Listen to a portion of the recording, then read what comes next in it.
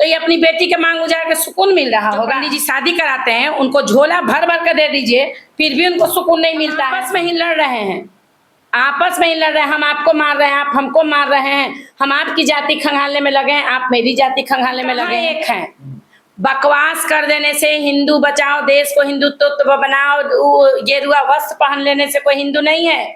जब तक हमारा मानसिकता गंदा है ना, हमारी सोच गंदी है, हमारे दिमाग में गंदगी गंदा है ना, कचरा भरा हुआ है झूठ मूठ मुंह से, जय श्री राम जय श्री राम। अभी नारा जो लोग दे रहे थे, कटोगे तो बटोगे, हिंदुत्व खतरे में है, तन्नू पिरिया का बस इतना ही गलती है कि वो अपने धर्म में शादी की थी लेकिन अपने जात में शादी नहीं की थी।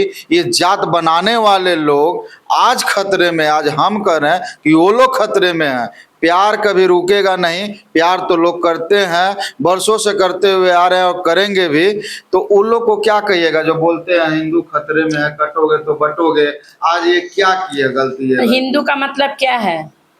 हिंदू हमारे चमार भाई भी हैं, डोम भाई भी हैं, यादव भाई भी हैं। हिंदू अगर देखा जाए, हिंदू सब जो है तो हमारे सभी जाति वाले हिंदू हैं, है ना। जात पात कौन बनाया? तो बच्ची को हिंदुओं में शादी की, तो फिर में नहीं की, लेकिन उसके पति को मार दिया जाए। तो यही चीज हम आपसे पूछ रहे हैं ना, हम कहाँ एक हैं? बकवास कर देने से हिंदू बचाओ, देश को हिंदुत्व बनाओ, गेरुआ वस्त्र पहन लेने से कोई हिंदू नहीं है। जब तक हमारा मानसिकता गंदा है ना, हमारी सोच गंदी है, हमारे दिमाग में गंदगी गंदा है ना, कचरा भरा हुआ है झूठ मूठ मुंह से, जय श्री राम जय श्री राम। राम जी का जो आप जिस राम जी का गेरुआ वस्त्र धारण हमारे माननीय ये प्रधानमंत्री जी ने कहा कि हिंदू देश बनाना है, हिंदू राष्ट्र बनाना है, तो मैं माननीय प्रधानमंत्री जी से ही कहना चाहती हूँ कि कहाँ हिंदुत्व है सर, कहाँ है? हम आपस में ही लड़ रहे हैं, आपस में ही लड़ रहे हैं। हम आपको मार रहे हैं, आप हमको मार रहे हैं, हम आपकी जाति खंगालने में लगे हैं, आप मेरी जाति खंगालने में लगे हैं। तो कहाँ हम हिंदू हैं? हम हिंदू नहीं हैं, हम एक जानवर से भी बदतर हैं। आपस में ही हम लोग लड़ रहे हैं, हम लोग जानवर से भी बदतर मानिए, हम लोग इंसान भी नहीं रह गए। जाति बात तो छोड़िए, अगर एक इंसान भी हम लोग बन जाए ना तो काफी है। अब इतनी कम उम्र में वो विधवा बन गई, अब वो बच्ची करेगी क्या? कौन उसको पालन पोषण करेगा?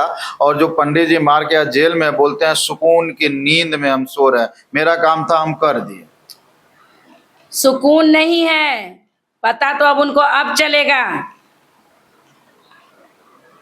पता उनको अब चलेगा, पता उनको अब चलेगा कि कितने सुकून में है। बेटी पगला रही है रोड पे, उनके भी और भी औलाद होंगे तनु प्रिया के अलावा, है ना, और भी तनु प्रिया के अलावा उनके और भी औलादे होंगी।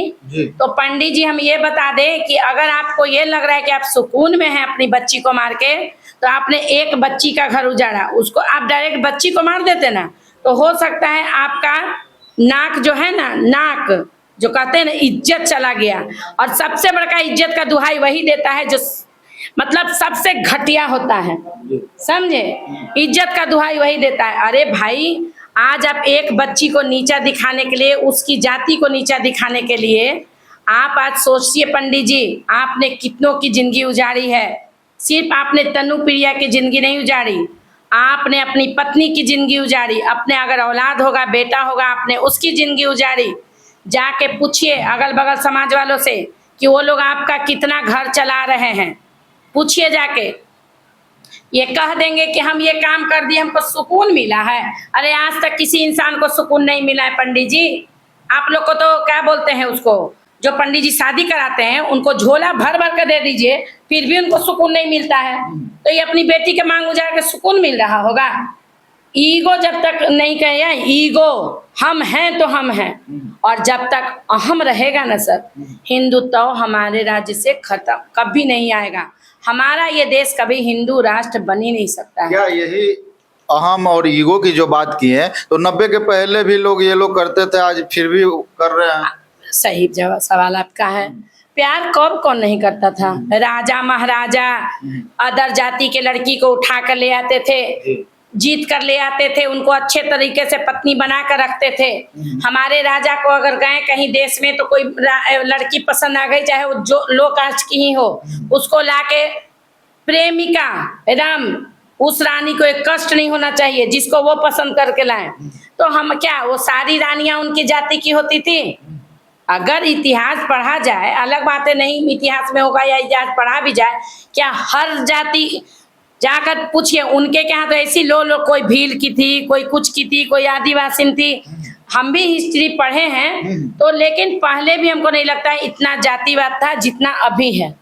उस समय सिर्फ क्या था ना सर, जब हमारे मतलब पूर्वजों के समय बड़ा और छोटा था, हम राजा हैं आप प्रजा हैं, बस यही जहां तक मुझे पता है, आगे मैं नहीं बता सकती, जहां तक मुझे पता है कि बस राजा और प्रजा यही दो जातियां थी उस समय। चलिए, आप भी संस्था चलाते हैं, इस तरह के केसेस यदि आपके पास आएंगे तो आप क्या सपोर्ट करेंगे और किस तरह से उनके पास जाकर संभालने का कोशिश करेंगे? देखिए, अब इस तरीके से अगर केस आते हैं तो मैं इसके बाद तो अगर कोई मान लिया कि पिता मार ही दिया उसका, तो मैं तो बच्ची का क्या सपोर्ट करूंगी, ज्यादा से ज्यादा बच्ची को समझाऊंगी, उसकी मानसिक स्थिति को, मतलब जो मानसिक स्थिति उसकी खराब हो गई है उसको संभालने की कोशिश करूंगी और जहां तक मेरा हो सके मैं उसका मदद करूंगी। जो अपने बेटा को खो दिए, इकलौते बेटा को, उनके लिए क्या? हाँ, उनके साथ मेरा बहुत सहानुभूति रहेगा, मैं उनके लिए बहुत दुख हूँ और उनकी दुख को जितना भी मतलब कहा जाता है ना कि जब तक दर्द का एहसास नहीं होता है सर, जब तक चोट नहीं लगती है, तो उनके दर्द का एहसास मैं नहीं कर सकती हूँ, लेकिन मैं भी एक माँ हूँ और मैं उस माँ के बारे में सोचती हूँ कि आज एकलौता पुत्र खोने के बाद उसकी माँ की मनोदिशा क्या होगी, जिस तरीके से वो माँ पगला रही है। और भगवान न करे, मतलब ऐसे जो भी करेंगे तो एक बात याद रखिएगा, ऐसे करने वाले कभी सुखी नहीं रहेंगे पंडित जी के जैसा। आज बेटी भी रोड पे, पत्नी भी रोड पे, जो भी और बच्चे हैं वो भी रोड पर। तो भाई मत मारो, बेटा भी किसी ने दर्द, चाहे वो लोक जाति वाली हो या ऊंची जाति वाली हो, सबका बेटा पैदा करने में उतना ही दर्द होता है जितना लो कास्ट वाले का होता है ना। लो कास्ट वाले को सबसे ज्यादा लगता है कि मुझे बड़ी जाति वाली से ज्यादा दर्द होता है, क्योंकि वो लोग की स्थिति ऐसी होती है ना कि कभी कभी वो लोग हॉस्पिटल नहीं जा पाते हैं, वो लोग के पास उतना साधन नहीं रहता है। तो भाई, और जब पैदा करती है तो जहां से बड़ी जाति का बच्चा पैदा होता है वहीं से छोटी जाति का भी बच्चा पैदा होता है। तो भाई अंतर क्यों? वो भी बेटा या बेटी को ही जन्म देती है, ईंट पत्थर को जन्म नहीं देती। और तुम भी मैं बड़ी जाति वाली को भी कहूँ कि तुम भी वहीं से पैदा करते हो जहां से छोटी वाली जाति वाले ने किया। तो अंतर क्या है भाई? तुम भी बेटा बेटी ही पैदा करते हो, तो अंतर क्या है? और अगर अंतर रखना है तो मैं हर जाति वाले से कहना चाहूंगी कि तुम अपने बच्चों को पहला सब्जेक्ट जातिवाद पढ़ाओ, लेकिन हिंदू राष्ट्र का नाम मत लो, हम हिंदू हैं, हम हिंदू हैं, ठीक ना। राम जी का बात जहां तक मैं कहूँ, राम जी हर जाति वाले को गले लगाए हैं, हर जाति वाले को गले लगाए हैं। राम जी का नाम झूठो बदनाम मत करो। तुम लोग राम, इस दुनिया का कोई भी इंसान राम नहीं बन सकता है। राम जी ने जो किया ना वो कोई नहीं कर सकता है।